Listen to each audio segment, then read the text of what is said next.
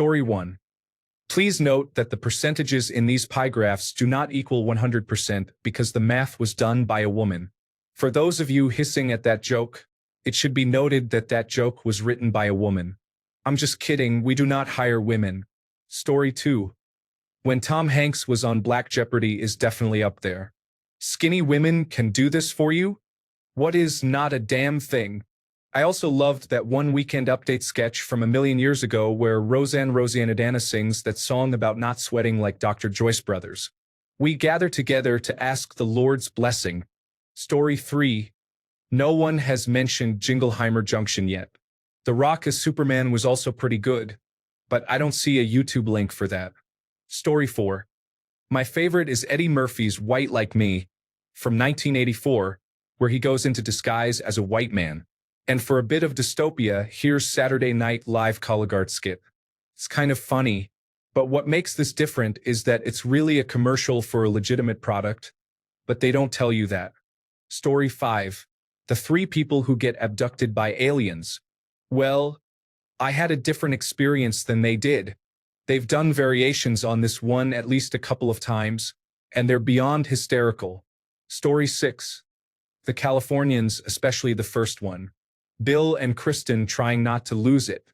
Story 7. My top 3 favorite Saturday Night Live skits of all time, in no particular order, are Celebrity Jeopardy, Washington's Dream, Centaur Job Interview.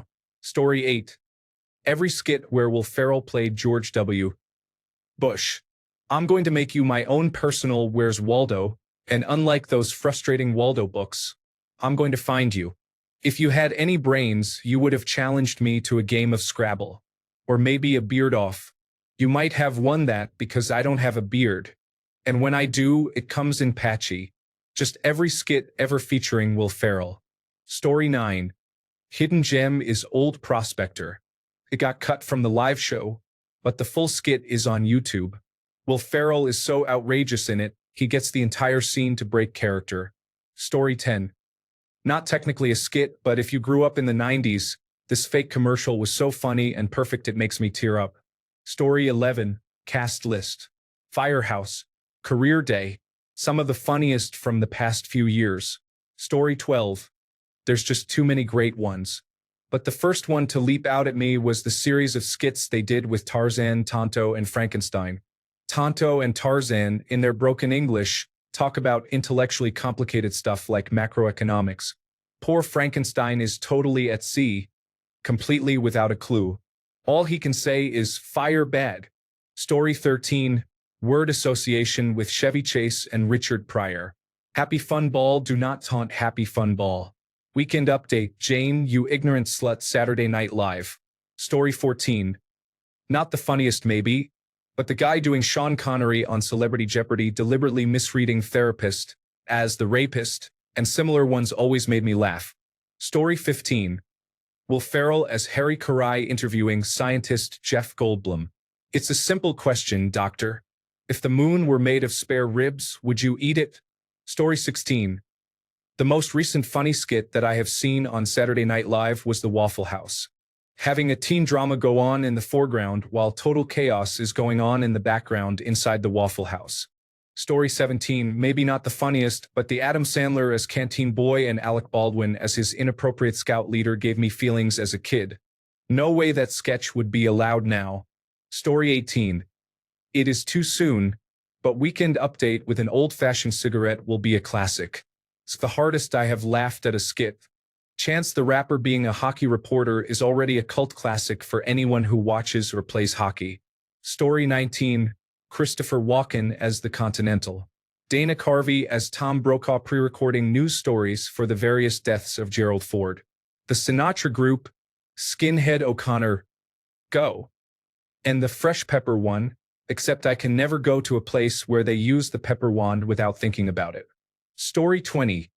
Some of my favorites are The Rock in Robo-Como, Melissa McCarthy in Pizza Business and Taste Test, All Celebrity Jeopardy with Sean Connery and Burt Reynolds, Adam Driver in Career Day and Medieval Times, Tom Hanks as David S. Pumpkins, Donald Glover in 80s music video, Chance the Rapper in Spooky Song and all the announcer ones like Hockey and Esport. Kyle Mooney and Beck Bennett in Brothers. Story 21. I don't know about the best, but here are some favorites of mine that I haven't seen mentioned yet. Dr. Porkenheimer's Boner Juice. The Hanukkah Songs. Deep Thoughts with Jack Handy. The Ambiguously Gay Duo. Mr. Robinson's Neighborhood. Meatballs. Dana Carvey as President George H. W. Bush. Will Ferrell as President George W. Bush. And of course, I'm gonna get me a shotgun and kill all the whiteys I see. Story 22, Lots. The Celebrity Jeopardies. The Alien Abduction Interviewees. Norm Macdonald as the news guy. But the one that was my siblings and my favorite was Bean's Cafe with Tom Hanks. And I cannot find it to save my life. Story 23. This is totally buried already. Gilda Radner, Lorraine Newman, Jane Curtin, and Madeline Kahn Slumber Party. To me, this sketch is the one that set the tone for what the show could do. It was at the end of season 1 and is one of the first moments where Saturday Night Live is really what we know it as, what it winds up becoming, at its funniest non-satire in political or pop culture subversion ways. Story 24. Waffle House with Jenna Ortega. Comedy happening in the background while something serious is happening is one of my favorite things in any medium. This is why Airplane will always be my #1 movie. Story 25. There are certainly more classic sketches, but Louis C.K.'s This Is How I Talk is so great. It never gets old, and I've shown it to so many people. Story 26. Hands down the Chippendales audition Patrick Swayze and Chris Farley kill it hard. One that never fails to make me laugh is Justin Timberlake doing the singing and dancing road sign. Bring it on down to Omeletville. Story 27. Hot tub. Ow. Jane, you ignorant person. Shards of glass and other toys. Samurai laundry. No cola. Pepsi. The anal retentive chef. Baseball been very, very good to me. All the fake ads, the English lavender parody about washing the minds of women completely, the chloroform spray for kids' nap time. I cannot remember all of them, geez. Story 28. In a van down by the river, Chris Farley is the greatest of all time. The Hurley Boy. Any Celebrity Jeopardy with Will Ferrell and Norm Macdonald. Story 29. Jackie Rogers Jr.'s $100,000 jackpot was screamingly funny, but with Christopher Guest and Billy Crystal in blackface, few people are likely to ever see it again. Story 30. Runner-up. The one where Christopher Walken is a gardener who is very scared of plants, so he puts giant googly eyes on all of them. But the #1 is Kirsten Wiggs. I'm just so freaking excited sketch about the surprise party. Story 31. History of Punk. Armisen does such a fantastic job satirizing Johnny Rotten. It's just such a well-crafted sketch too. I love anything music-related with Armisen in it. His love and knowledge of music always shine through. Story 32. Many of my favorites have already been named, such as Peyton Manning United Way, More Cowbell, Debbie Downer at Disney, Colonel Angus, Dick in a Box, Sweaty Balls, and Happy Fun Ball, but here are a few I haven't seen mentioned. Shimmer Floor Wax. The Ambiguously Gay Duo. Roseanne Barr and Phil Hartman Metrocard. Alec Baldwin Glengarry Christmas. Unfrozen Caveman Lawyer. I'm sure there are others that will occur to me. Story 33. Matt Damon as Brett Kavanaugh. It's absolutely a timepiece, but if you remember the real Kavanaugh hearing, it's a perfect sketch. Story 34. Steve Harvey Family Feuds. Dennis Miller doing the news back in the day. The Penis Song at a Nudist Colony. Richard making copies. Mango. Sherry O'Terry and Chris Kattan playing a horny couple. There's a few of them. Subliminal Guy Kevin Nealon. John Lovitz as the devil in the People's Court. Story 35. When Tom Hanks was on Black Jeopardy is definitely up there. Skinny women can do this for you? What is not a damn thing? I also loved that One Weekend Update sketch from a million years ago where Roseanne sings that song about not sweating like Dr. Joyce Brothers. We gather together to ask the Lord's blessing. Story 36. I'll add some newer ones since I feel like more recent years are underappreciated. Wells for Boys with Emma Stone. Toilet Death Ejector with John Mulaney. Story 37. all the MacGruber sketches, all the what's up with that sketches, the Thanksgiving parade float sketch, the threw it on the ground digital short, Eddie Murphy's James Brown, Home for the Holidays, Buckwheat, and Mr. Robinson sketches, the Dove chocolate sketch. These aren't sketches, but whenever Bill Hader appeared as Stefan and when Fred Armisen played the judge from the Anna Nicole Smith trial on Weekend Update. Story 38.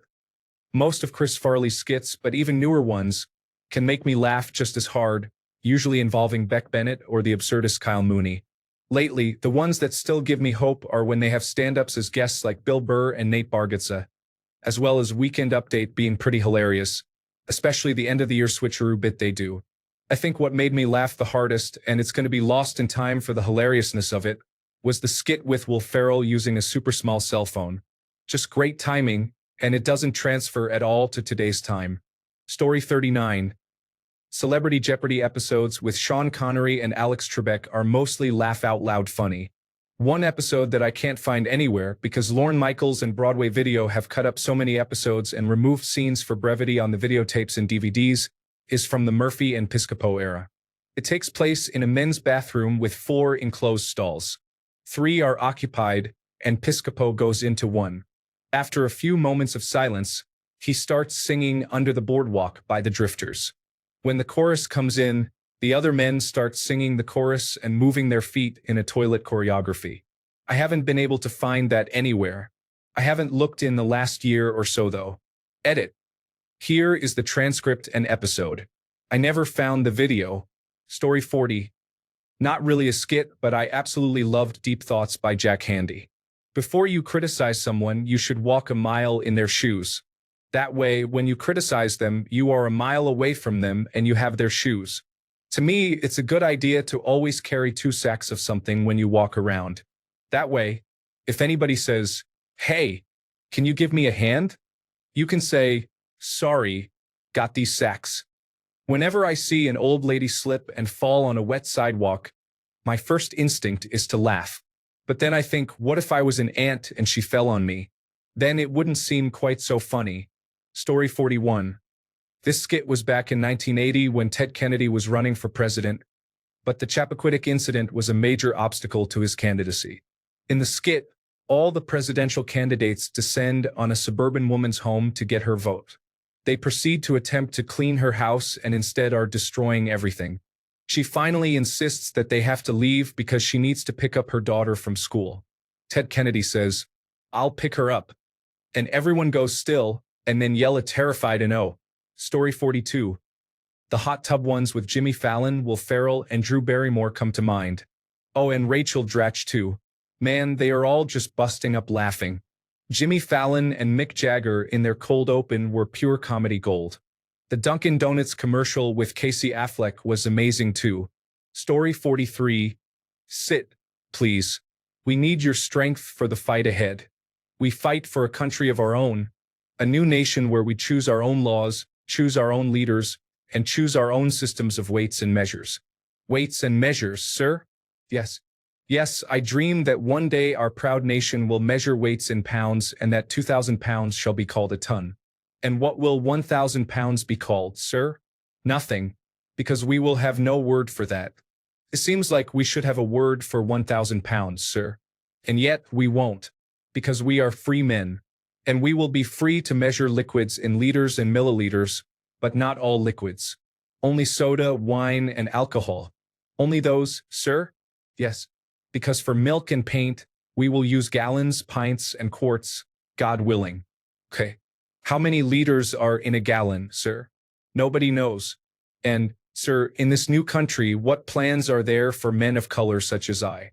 Distance will be measured in inches, feet, yards, and miles. So 12 inches to a foot. Story 44. Not so appropriate now, but the synchronized swimming sketch with Martin Short was pretty funny when I was a kid.